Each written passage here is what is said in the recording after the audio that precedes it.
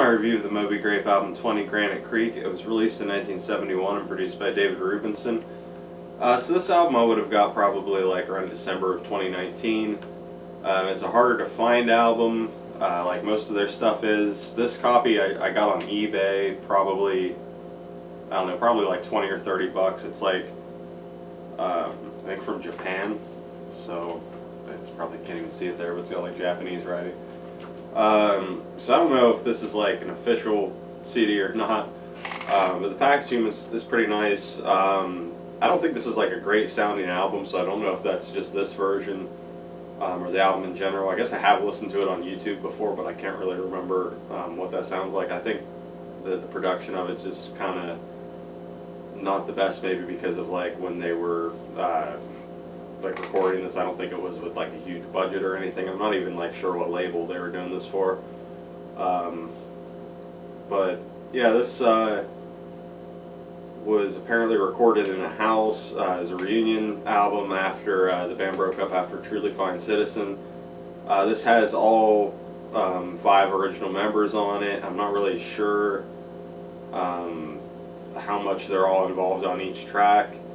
It also adds Gordon Stevens on, or into the band on electric viola, drobo, and mandolin, and there's a few additional musicians here. Jeffrey Cohen plays bass on track 9. Andy Gnarl plays steel drums, and David Rubinson, the producer, plays electric piano and congas. So they kind of have some extra people here, but it's the original 5 back in the band. This album, to me, it's not one that I listen to a whole lot. I do enjoy parts of it, but I think that it comes across as like some of the songs being a little bit kind of underwritten, and the production not being the best, which I don't think helps it that much.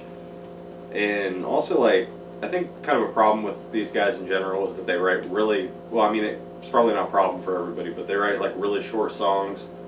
So it kind of takes a lot of listens for me to really like absorb the songs and get opinions on them, which I haven't had this album for as long as I've had some of their earlier ones, so I'm not as familiar with some of these songs. The first track, Gypsy Wedding, Bob Mosley track, and it's a catchy rocker to start off the album.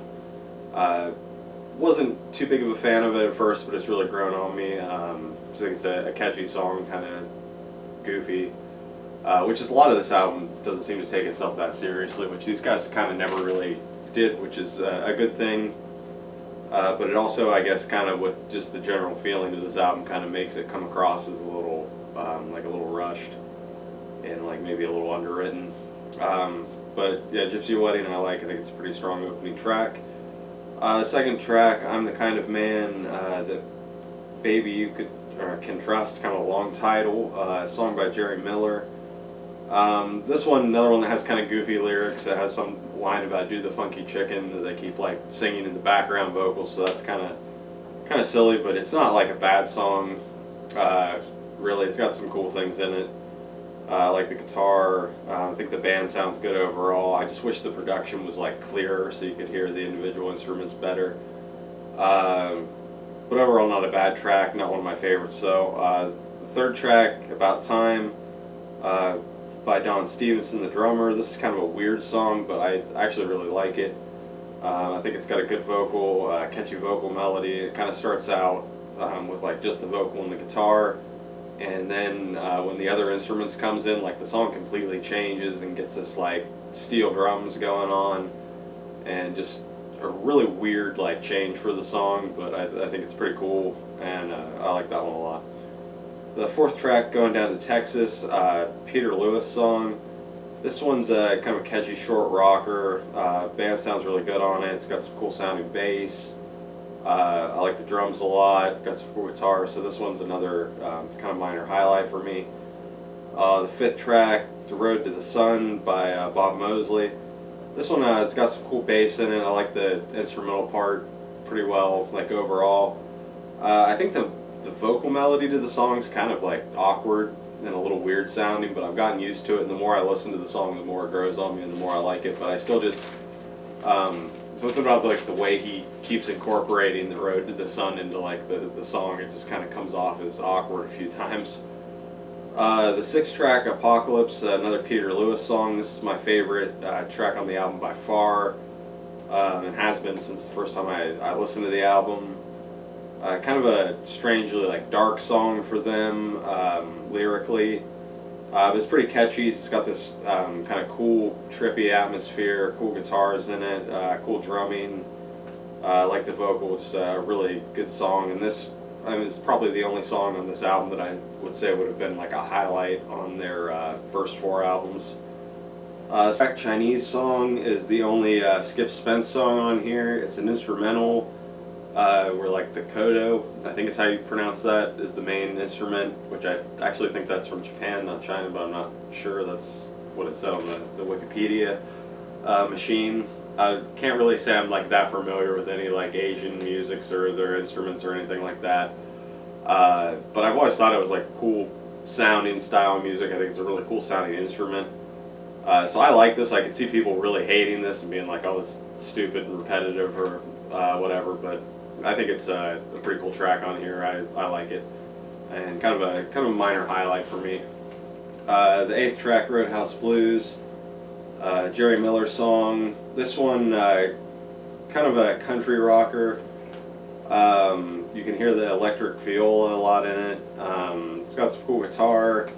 Not a bad track or anything, but it's not really like a standout, not incredibly memorable. The 9th track, Ode to the Man at the End of the Bar, is by Carl Mosley. I guess it must have been a relation of Bob. Bob Mosley sings it. It's got a different bass player because Bob Mosley's playing drums on it for some reason. This, if I had to pick a worst track on the album, I'd probably say this, but I do kind of like it in some ways. Like it's, I don't know, it's kind of like either a funny or sad song depending on the way you look at it. But it's just, I don't know, it's just not quite as good as the rest of the stuff on here, but I don't like hate it or anything. The 10th track, Wild Oat Moan, is a Miller Stevenson track. It's kind of a chaotic sounding rocker. I feel like a cleaner production would have helped it. I thought the bass sounded pretty cool in it, but everything else kind of like mushed together a little bit. And overall, it just kind of wasn't that memorable, probably kind of as a result of the way it sounded.